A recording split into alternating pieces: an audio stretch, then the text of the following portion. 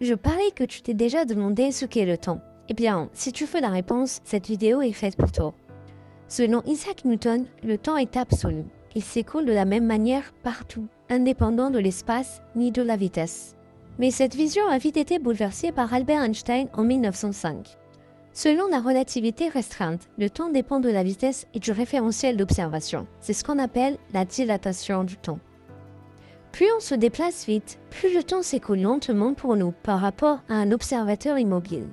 C'est ce que dit le paradoxe des jumeaux. Un astronaute voyageant très vite vieillit moins vite que quelqu'un resté sur Terre.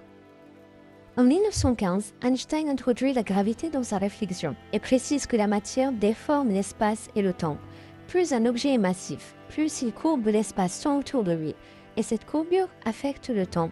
Il s'écoule donc plus lentement.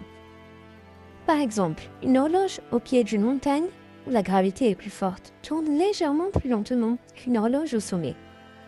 Pour mieux comprendre le temps, l'ESA et le CNES ont lancé la mission ISS avec l'horloge atomique Pharao, une horloge atomique à atomes de césium refroidis qui nous permettrait de mesurer le temps avec plus de précision. Les horloges atomiques existent depuis les années 1950 et on les a même utilisées en 1967 pour déterminer ce qu'est une seconde. Mais la mission ISS n'est pas la première à avoir envoyé une horloge atomique dans l'espace. La NASA a, en 2019, lancé la mission appelée ED2ZAC, une horloge atomique à ion de mercure, et a été un succès. Ces instruments nous sont indispensables pour capturer des mesures qu'on utilise dans les satellites GPS, dans les télécommunications et aussi pour détecter les tremblements de terre.